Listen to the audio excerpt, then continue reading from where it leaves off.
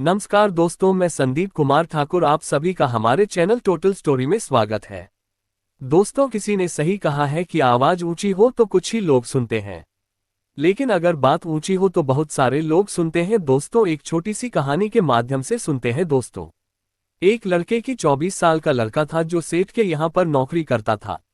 उसके माँ बाप इस दुनिया में नहीं थे। जिंदगी बड़ी परेशानी में चल रही थी। वह रोजाना पैसा कमाने जाता था, पैसे कमा करके घर आता था, खाना बनाता था, खाता था, सो जाता था। एक दिन उसने देखा कि एक बहुत बूढ़ा फकीर अपनी पीठ पर 3 ठेले लेकर एक शहर से दूसरे शहर की ओर जा रहा था। वह काफी बूढ़े भी थे और काफी देर से वही यूं ही सफर कर रहे थे। लगता था बहुत दूर से अपना सामान ला रहे थे। और आखिरकार कुछ दूर और सफर करने के बाद वह चलते चलते थककर एक पेड़ के नीचे बैठ गए।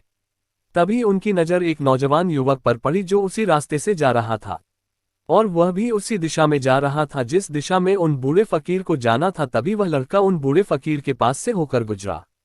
इस पर वह फकीर उस लड़के से कहता है, सुनो बेटा, क्या तुम मेरी थोड़ी सी मदद कर सकते हो? ये ठेला बहुत भारी है और मैं बूढ़ा हो चुका हूँ। मैं ज्यादा समय तक इनका बोझ नहीं उठा सकता और मैं बहुत थक भी चुका हूँ। तो क्यों ना तुम मेरे एक ठेले को ले लो और मुझे उस दूसरे गांव तक पहुंचा दो। इसके बदले में मैं तुम्हें 3 स्वर्ण मुद्राएं भी दूंगा। वह लड़का उन फकीर की सारी बातें सुनता है और उन फकीर से कहता है, कोई बात नहीं बाबा, मैं आपकी मदद करने के लिए तैयार हूँ। कहिए आपको कहाँ जाना है और कौन सा ठेला लेकर जाना है। ऐसा कहकर उस लड़के ने उन फकीर का एक ठेला उठा लिया और अपने कंधे पर ले लिया। तभी उस जवान लड़के को यह एहसास हुआ कि यह ठेला तो सचमुच बहुत भारी है। वह लड़का और फकीर दोनों रास्ते में आगे की ओर बढ़ चले। कुछ दूर आगे चलने के बाद देखते ही देखते वह गांव खत्म होने लगा और तभी एक सुनसान रास्ता आगे की ओर जा रहा था। वे दोनों अपने मार्ग में मस्त होकर आगे की ओर बढ़ रहे थे, लेकिन जब भीड़ से पूरी तरह से अलग हो गए तो वह लड़का उन फकीर से कहता है, बाबा, इस ठेले में आखिर ऐसा क्या रखा है जो ये ठेला इतनी वजन है? तभी वह फकीर आदमी उस लड़के को जवाब देते हुए कहते हैं, कुछ नहीं बेटा, बस इसमें तांबे के कुछ सिक्के भरे हुए हैं और कुछ स्वर्ण मुद्राएं, इसी कारण ये ठेले में बहुत वजन है। उन फकीर की यह बात सुनकर वह लड़का मन ही मन सोचने लगा, लगता है यह बाबा जरूर कोई व्यापारी है, तभी तो इतने सारे तांबे और स्वर्ण मुद्राएं के सिक्के लेकर चल रहे हैं। और फिर तभी उसके मन में एक ख्याल आया कि मुझे क्या करना है, मुझे तो खाली यह ठेला दूसरे गांव तक पहुंचना है, बस इतना ही। जैसे ही उसके मन में ये ख्याल आया, उसने तांबे के सिक्कों का वह ख्याल मन से निकाल दिया और अपनी धुन में मस्त होकर वह आगे की ओर चलने लगा।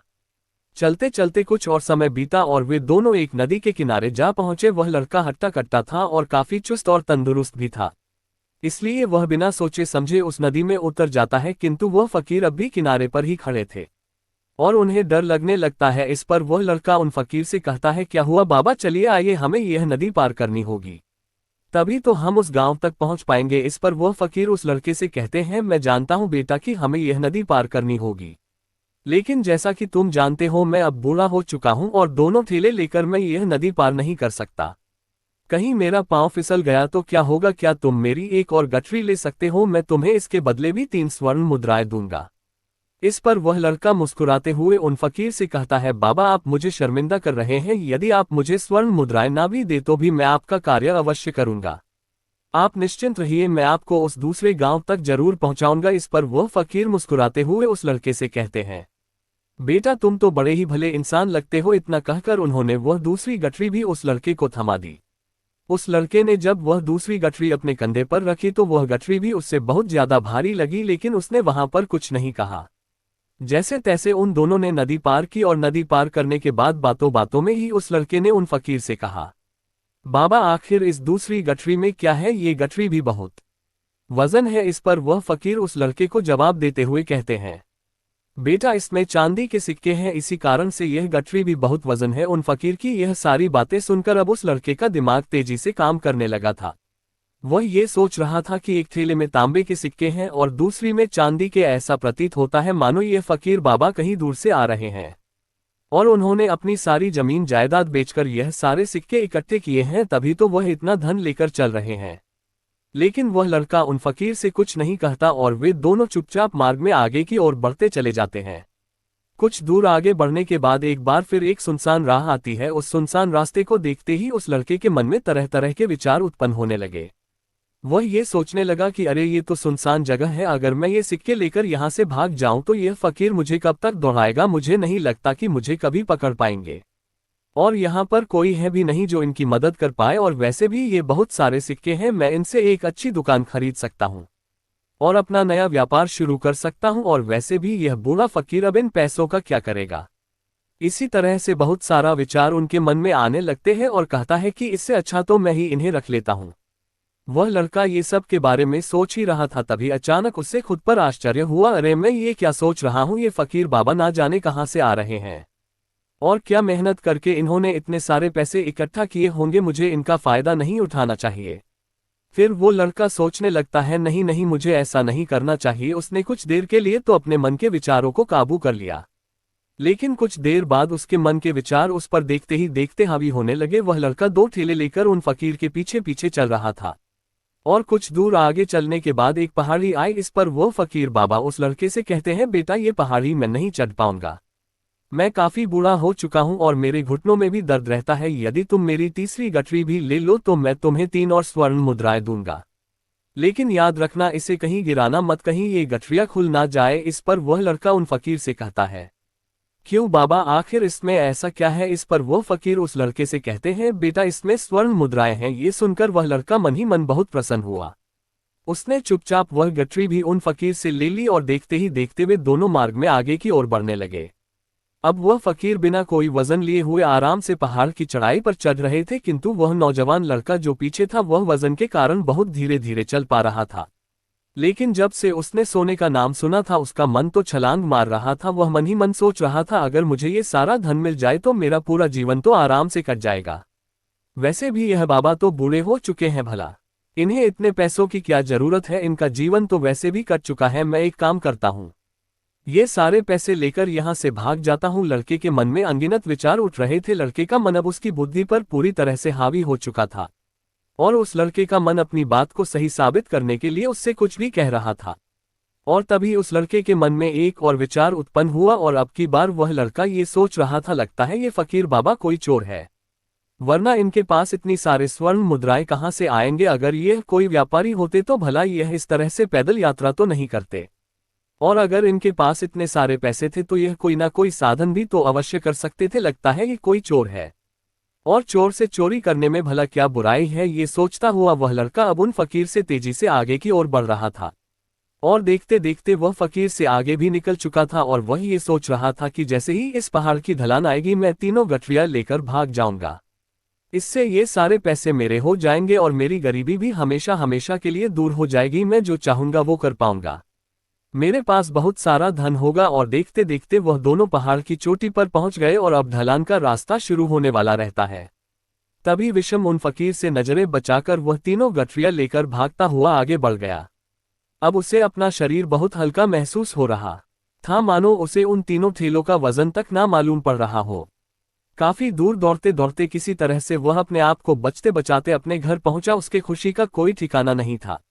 उसने सोचा, क्यों ना मैं जल्दी जल्दी इन गठरिया में से वह सारे पैसे निकाल लूं। ये सोचकर जब उसने गठरिया खोली तो पहली गठरी में उसे लोहे से जंग भरे हुए सिक्के मिले।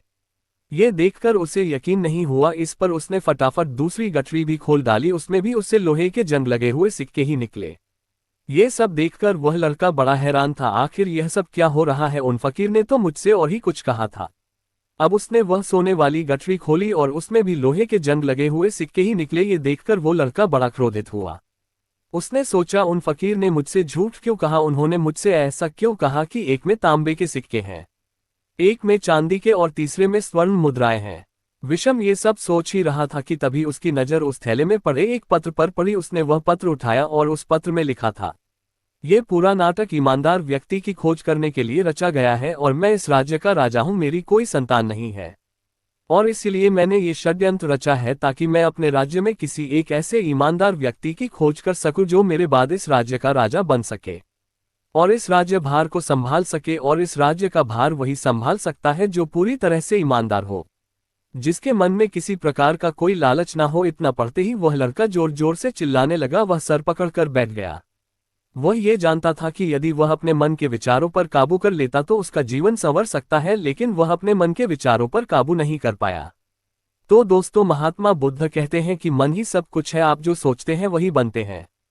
इसलिए आपका सबसे बड़ा दुश्मन भी आपको उतना नुकसान नहीं पहुंचा सकता जितना कि आपके मन के यह अनियंत्रित विचार पहुंचा सकते हैं। महात्मा बुद्ध कहते हैं अपने भीतर ध्यान से देखो, हमारे भीतर जो विचार चल रहे हैं वही विचार शब्द बनते हैं और शब्द कर्म के रूप में प्रकट होते हैं। बार बार दोहराने पर कर्म बर्ताव में बदलता है और धीरे धीरे समय के साथ बर्ताव चरित्र में परिवर्तित हो जाता है और यही चरित्र हमारे भाग्य का निर्माण भी करता है। इसलिए हमें हमेशा अपने विचारों के प्रति सजग होना बहुत आवश्यक है। दोस्तों, हमें जागरूक होना बहुत आवश्यक है। हमें ये जानना जरूरी है कि हमारे मन में किस प्रकार के विचार आ रहे हैं। और आगे महात्मा बुद्ध कहते हैं कि कमजोरी हमेशा छोटे विचार से शुरू होती है। यह एक बीज के रूप में होती है और यदि इस बीज को नष्ट न किया जाए तो ये छोटा सा विचार बहुत जल्द ही एक विशाल वृक्ष का रूप ले लेता है और हमारी बुद्धि भी सोचने और समझने की क्षमता को पूरी तरह से नष्ट कर देता है। जिस प्रकार आपने इस कहानी में देखा किस प्रकार उस जवान लड़के का मन उस पर हावी हो चुका था और उसकी सही और गलत सोचने की क्षमता पूरी तरह से नष्ट हो चुकी थी, जिस कारण वह ये समझ नहीं पाया कि उसे क्या करना चाहिए और उसके लालच ने उसके भीतर इतनी ऊर्जा भर दी कि वह तीनों ठेले उठाकर इतनी तेजी से वहां से भागता आगे भी बढ़ गया। इसलिए जब आपके मन में पहली बार कोई गलत विचार उत्पन्न हो तभी उसे जड़ से उखाड़ देना चाहिए, अन्यथा वह विशाल वृक्ष का रूप लेगा और आपको किसी ना किसी गलत राह पर वह ढकेल ही देगा। आप चाहकर भी उसे रोक नहीं पाएंगे। लेकिन अब आपके मन में ये प्रश्न उठ रहा होगा कि हम भला अपने मन के विचारों को कैसे नियंत्रित कर सकते हैं। हमारा मन तो इतना चंचल है, वह इतना शक्तिशाली है कि वह हम पर हावी हो ही जाता है, हम चाहकर भी उस पर नियंत्रण नहीं कर पाते हैं। तो दोस्तों, इसका जवाब महात्मा बुद्ध ने हमें दो बातें समझाते हैं। पहली बात, सही इरादा विकसित करो। कई बार आपने देखा होगा कि आपके मन में कुछ और होता है किंतु आप कहते कुछ और है, क्योंकि आपके मन के भीतर जो कुछ बसा है वही आपके मुख से बाहर भी निकल रहा है। लेकिन जब हमसे वह गलती हो जाती है तो उसके बाद हमारा मस्तिष्क अच्छी तरह से काम करना शुरू कर देता है। हमारे सोचने और समझने की क्षमता एक बार फिर से जागृत हो जाती है और ऐसी अवस्था में हमें यह एहसास भी होता है कि हमसे गलती हो गई है और फिर हमारा मन दुखी हो जाता है, हमारा मन अफसोस से भर जाता है।